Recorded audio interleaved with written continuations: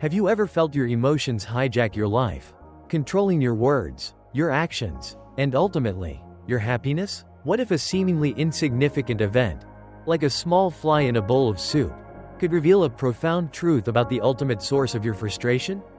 We often believe that external circumstances dictate our inner state, but what if true power lies not in controlling the world, but in mastering your own reactions?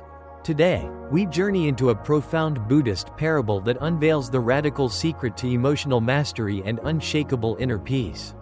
We'll witness a king's fiery temper, the Buddha's unexpected lesson, and the transformative power of choosing non-reaction over impulsive outburst. This isn't just a story about ancient wisdom, it's a direct, practical guide for anyone grappling with anger, stress, or the emotional turmoil of daily life. Prepare to discover why your inner peace is your most precious possession, and how consciously choosing your response can liberate you from the chains of emotional bondage, sculpting a life of profound tranquility and effective action. Chapter 1. The King's Temper, a Kingdom of Wealth, a Heart of Fire. Our story begins in ancient times, where the renowned Gautama Buddha often taught his students about the immense power of our words and, more profoundly, the power of our minds. He frequently remarked that our tongue, which we use to speak, is like the sharpest knife in the world, capable of both healing and inflicting deep wounds without drawing a single drop of blood. He even went further, declaring that the most dangerous weapon in the world is our words, for they can cut deeper and leave scars longer than any physical blade. While they don't physically hurt people, our words possess an extraordinary capacity to inflict emotional pain, to sow discord, and to shatter relationships. Our words, therefore, can be a boundless source of strength, building bridges and inspiring joy. But they can also become a profound source of weakness, leading to endless difficulties, if we don't know when, where, and how much to speak. When we speak kindly and wisely, at the right moments, with genuine compassion, it can lead to immense success and harmony. But if we speak unkindly, impulsively, or at the wrong times, it can make our life, and the lives of those around us, incredibly difficult. So, friends, today I'll share a story about the importance of mastering our emotional responses, particularly the art of non-reaction, and how this profound skill has the power to fundamentally change your life. This story will help you understand how silence, and the conscious choice of response, can be your most formidable power. Once upon a time, there lived a king who ruled a prosperous country, renowned for its wealth and stability. One day, he decided to visit the neighboring kingdom, for he had heard that the king of that realm was famous throughout the land for his unparalleled wisdom and profound inner calm.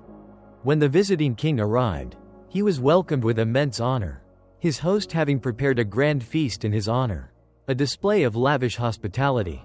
During the feast, amidst the sumptuous dishes and lively conversations, the visiting king noticed a small fly in his bowl of soup. He was instantly filled with disgust, his face contorted with anger, and he loudly ordered his servant to immediately bring him another bowl of soup, his voice sharp with irritation. The king of the neighboring kingdom, the wise host, observed this outburst with serene composure. He smiled gently and said, "Your Majesty, please do not be angry. It was just a small fly, it does not matter. Such a tiny thing cannot possibly ruin a grand feast or disturb your inner peace." But the visiting king, still seething with indignation, retorted, "I cannot tolerate such things. Even a small fly can ruin my mood. My dignity is offended by such carelessness." The king of the neighboring kingdom smiled with profound wisdom. "Your Majesty," he said, "allow me to give you a piece of advice, a profound truth. It is not the fly that ruined your mood, but your reaction to it. You have the power to control your emotions, do not let them control you." Buddhist insight. This opening establishes the core problem: anger, dosa, and impulsive reactivity. The king, despite his external power, is emotionally enslaved by a minor external event, highlighting dukkha, suffering, stemming from uncontrolled emotions. The Buddha's previous teachings on words as a weapon foreshadow the danger of unskillful speech driven by anger.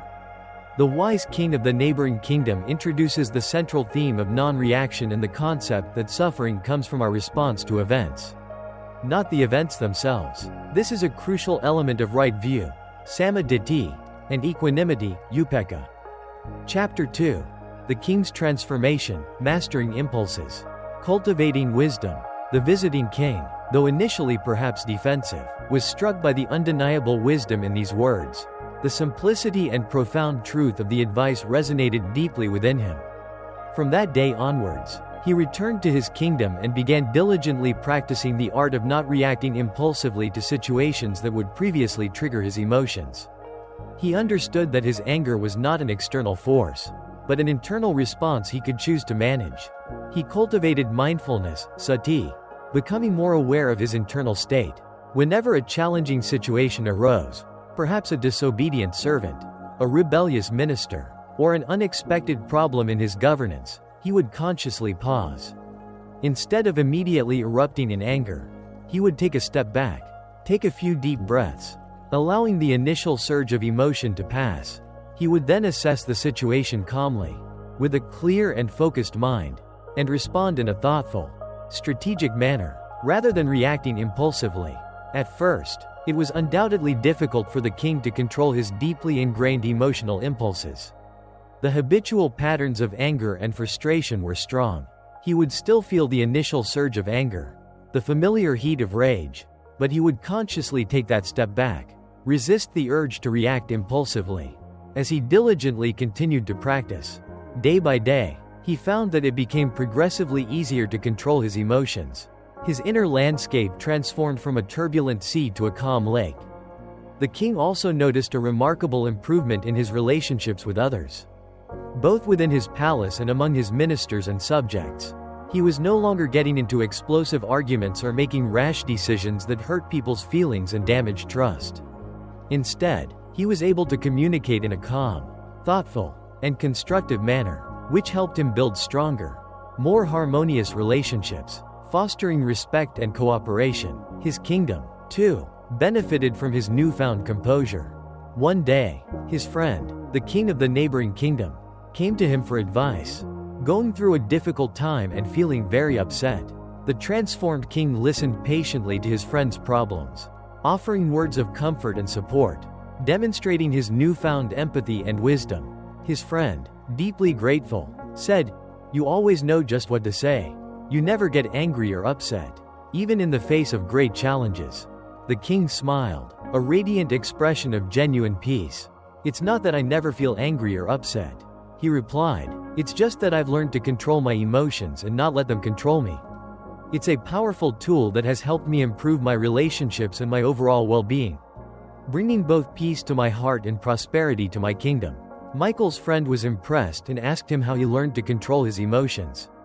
Michael shared his experience with mindfulness and the power of not reacting. He encouraged his friend to try it out for himself, and his friend was grateful for the advice. Over time, this king became known throughout the land not just for his wealth, but for his profound, calm, and thoughtful demeanor. He was able to handle difficult situations with remarkable ease, and people admired him for his inner strength and resilience.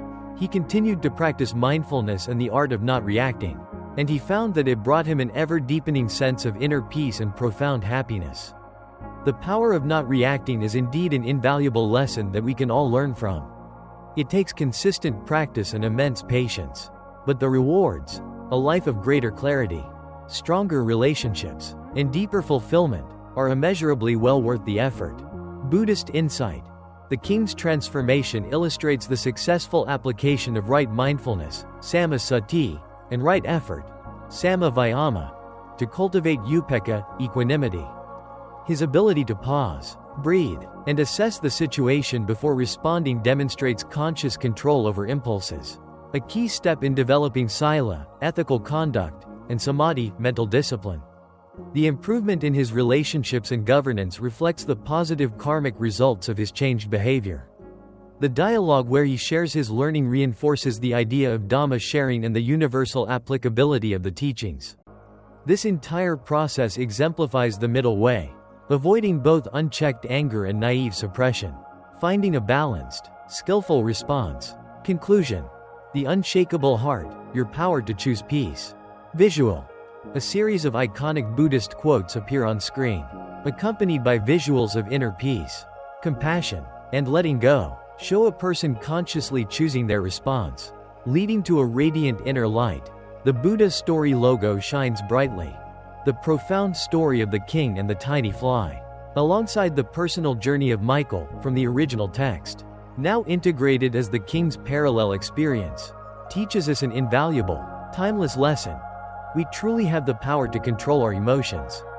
We may not be able to control what happens to us in life, the external circumstances, the flies in our soup, but we absolutely can control how we react to it. This distinction is the very cornerstone of our inner freedom. By practicing mindfulness, sati, and the transformative art of non-reaction, we can learn to master our emotions and respond to life's challenges in a thoughtful, wise, and compassionate manner. It's a powerful tool that can fundamentally improve our relationships, enhance our overall well-being, and elevate the entire quality of our lives. It takes consistent practice and immense patience, but the liberation it offers is unparalleled. Let us carry these profound truths from the Buddha's timeless wisdom into our daily lives. Anger will never disappear so long as thoughts of resentment are cherished in the mind. Anger will disappear just as soon as thoughts of resentment are forgotten. This reminds us that anger is a choice, sustained by our mental clinging to grievances. He who holds back rising anger like a rolling chariot, hear my call. A real driver. The Buddha praises self-control over impulses, highlighting true mastery. Holding onto anger is like drinking poison and expecting the other person to die. This vivid metaphor underscores the self-destructive nature of resentment. One who conquers himself is greater than another who conquers 1,000 times 1,000 on the battlefield. True victory is inner conquest, not external domination. Do not be led by your reactions, be led by your actions. Conscious choice empowers us. Peace comes from within, do not seek it without. The ultimate source of serenity is always internal. In a controversy, the instant we feel anger, we have already ceased striving for the truth and have begun striving for ourselves. Anger clouds judgment and makes us selfish. The mind is everything. What you think, you become. Our thoughts are the architects of our reality. You will not be punished for your anger, you will be punished by your anger.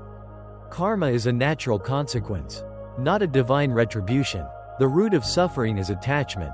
If you want others to be happy, practice compassion. If you want to be happy, practice compassion. Compassion is the antidote to suffering, both for self and others. Letting go gives us freedom, and freedom is the only condition for happiness. If in our heart we still cling to anything, anger, anxiety, or possessions, we cannot be free.